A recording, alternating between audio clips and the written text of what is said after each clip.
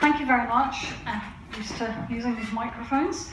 You're all very welcome. So this is really for anybody who is in the process of going through a career transition. Now obviously this can be voluntary or it can be forced upon you. But what I'm really laying out today is a sort of a plan for anybody who is going through that process of a career transition. It's a lengthy one, it's a time-consuming one, and you have to garner your resources and prepare yourself mentally and physically. It can be quite a grueling challenge. So the first thing that I would suggest is gather your tools, as I would say. Make sure that you have, whether you are a person who prefers to work online on computer, or whether you are the traditionalist and prefer the pen and paper, you have a lot of information gathering to doing. I'm going to be going through 6 steps today that are going to enable you to have a plan of action for going through a career transition, okay? So this is really about the preparation work that you do before you set out for looking for your career. So instead of sending out CVs willy-nilly, just randomly, this is a much more structured approach which will hopefully save you some time and some energy, okay? So the first question really, before we even get to the 6 steps, there is one question that you need to ask yourselves, okay? It may seem like a logical, obvious question, but you would be amazed at how many people go about their career hunt and they haven't even asked themselves why. Why am I changing careers at this particular time in my life? Now, obviously, I'm not talking to those people who unfortunately have been forced into this position. I'm talking to those people who are considering changing career for whatever reason. You need to ask yourself why. Have you got the resources to do this at this time in your life? Is this the right time for you to be changing career? Have you got enough financial support? Have you got enough family support? You know, timing is everything, but being clear about why you are changing career may sound obvious, but you would be amazed how many people I ask, why are you changing career? Oh, well, because I don't like my boss. Okay, how's the job? Oh, no, the job's great. Okay, so maybe if you resolved issues with your boss, you might not need to change career. I mean, it's a stupid example, but you get where I'm coming from. An obvious question, but one, when you have a good perspective on your why, it's going to make your what, your how, your when an awful lot easier to answer. So that's the first question that you need to ask yourself. If you've asked that question satisfactorily and you're happy to proceed, we move on to step 1. Step 1 is the inventory, okay? What do I need to know? So the first thing you've got to do is place yourself in the market, okay? So whatever role you are currently in, what is your current level of expertise, okay? So where are you exactly in the market? What are you, middle management, high management? Are you just setting out on your career journey? What makes you unique?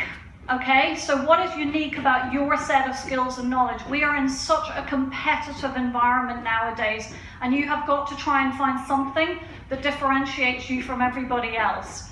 So that's the next question to ask yourself. If you are looking at a particular role or career, you need to find out the current estate. Hello, you're looking for a job? You need to find out the current state of affairs of the field in which you're interested. So this is about becoming knowledgeable, gathering information. So whatever industry it might be, what's going on in the industry at the moment? Have you got the latest magazines? Have you got the latest industry news? There's probably a lot online. You need to be educated about, particularly if you're wanting to change to a new industry, okay, you need to educate yourselves about the current state of affairs in the field in which you're interested, okay?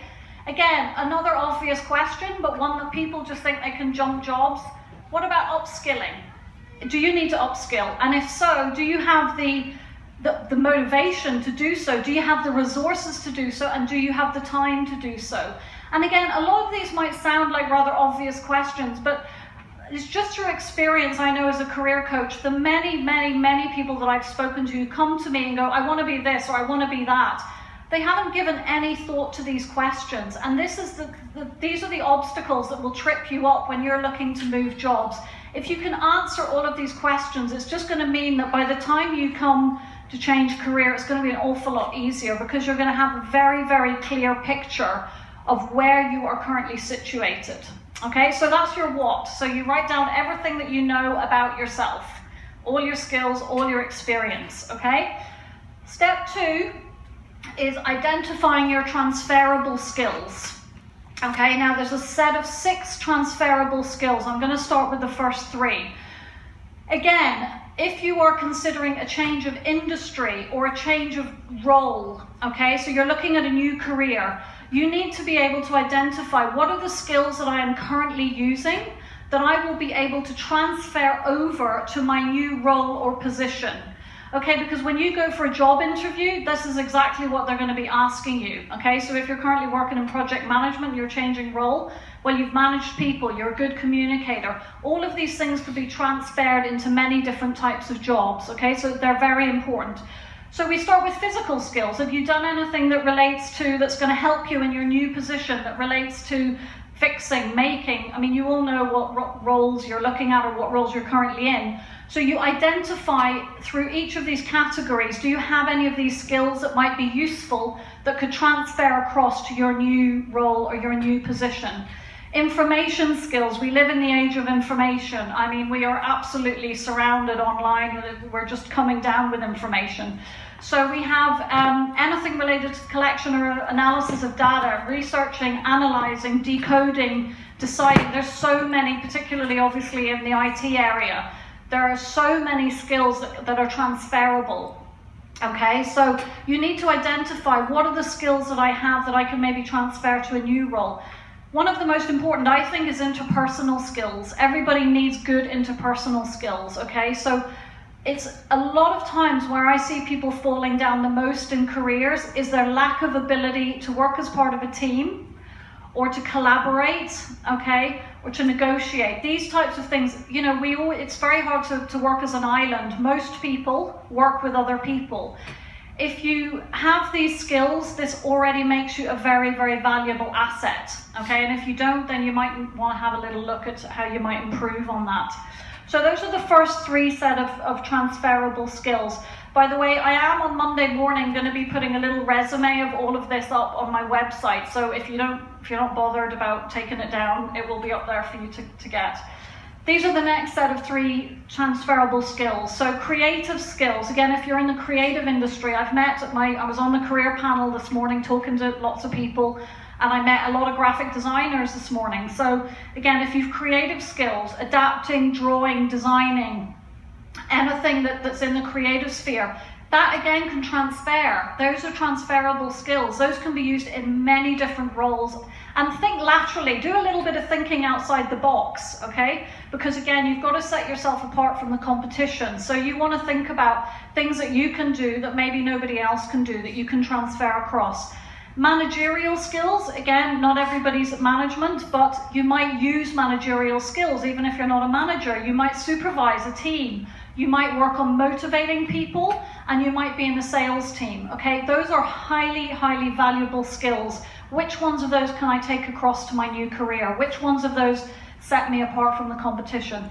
And finally, administrative skills, that old horrible one that we all hate doing, the administration.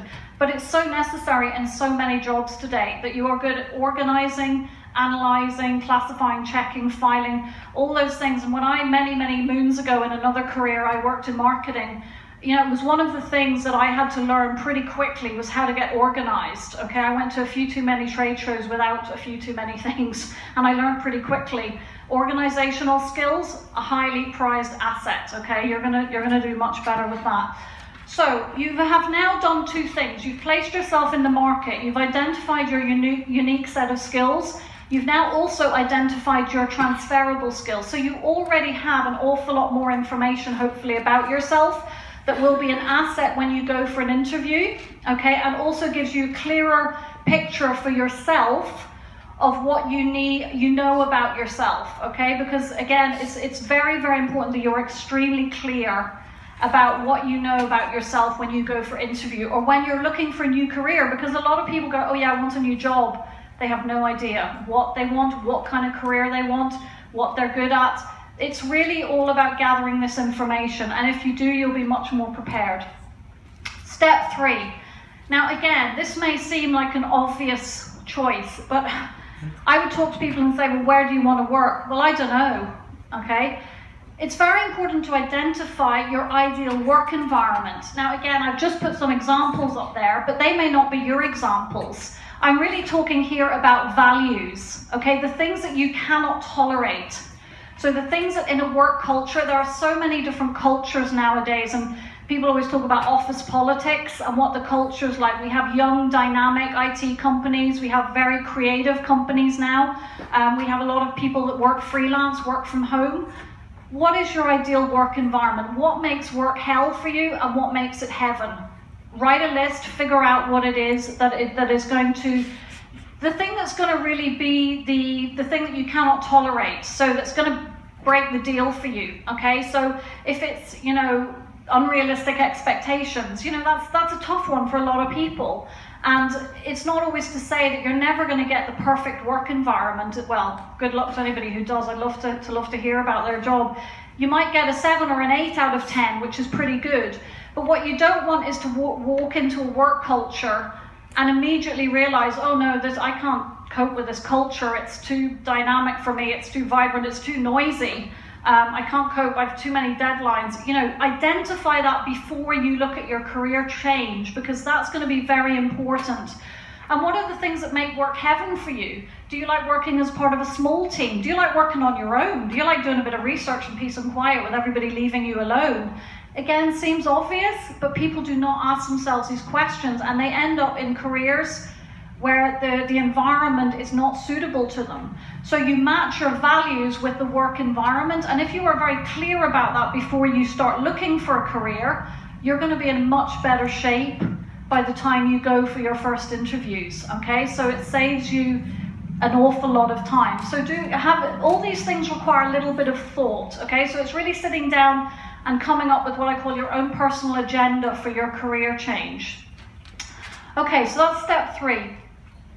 I think this is one of the most important steps, actually, and probably being a career coach, it's pretty obvious. But again, career transition takes a lot of energy and it takes a lot of motivation. And oftentimes when people come to change careers, they might be pretty fed up in the job that they're currently in. So they might already be a little bit exhausted. But you need to have a lot of energy for this, okay? And we're talking about your life here. You spend a lot of time at work, and I keep talking about career because to me there is a very big difference between a job and a career, okay? A job, you can change jobs as often as you like. You can jump from job to job to job till the day is long. But a career is more vocational. It's something that you love. It's something that you're going to be passionate about. It's something that's going to fulfill you, okay? What's your attitude to this? I mean, if you don't know what you're looking for, find out what you're looking for. But if you could improve any aspect of your attitude, what would it be? So if you need to change your attitude, look at it. And behavior, are you proactive or reactive? Have you sent out 50 CVs and you're just sitting back thinking that 50 companies are going to ring you and say, yes, we would love you to work for us. You're fabulous. Come and work for us. Sorry about that, but you're going to get a pretty quick wake-up call, okay? Not how it works. You really need to be proactive, okay? And it is about doing that very specifically. What I'm trying to do for you today is to say if you have a plan in place and you're very clear about the direction you're going in, you're going to save yourself a lot of time and energy. So how committed are you, and how will you ensure that you follow through on your career plan? I'm going to give you some advice on that in a moment. So you need to have, it's like a project, it's like any project. You need to have goals, you need to have a start, middle and an end, because you don't want to be at this for too long. And obviously each of you are completely individual, and I don't know what your current circumstances are, but you need to make sure that whatever way you're looking for a new career, or if you are career transitioning, that you are committed to doing that in the best possible way that you know. So self-management is really clear, and it is something that you need to ask yourself, because it's fine if you want to be, reactive about it, but it's going to take you a lot longer. So think about your ABC, attitude, behavior, and commitment. Okay, this is really just a step to give you a little bit of help, okay? Because again, this can all be quite a confusing process, and it can be something that you do need to give a lot of thought to. And the greatest joy that I get in my life being a career coach is what I call the light bulb moment. And it's when I ask a client a question and they just look at me with a blank face, you know, and it's like, I have no idea. So I might say, well, why do you want to do this particular career? What interests you about this particular career? And they have to really think about it. But oftentimes it can be the simplest questions that provide that light bulb moment.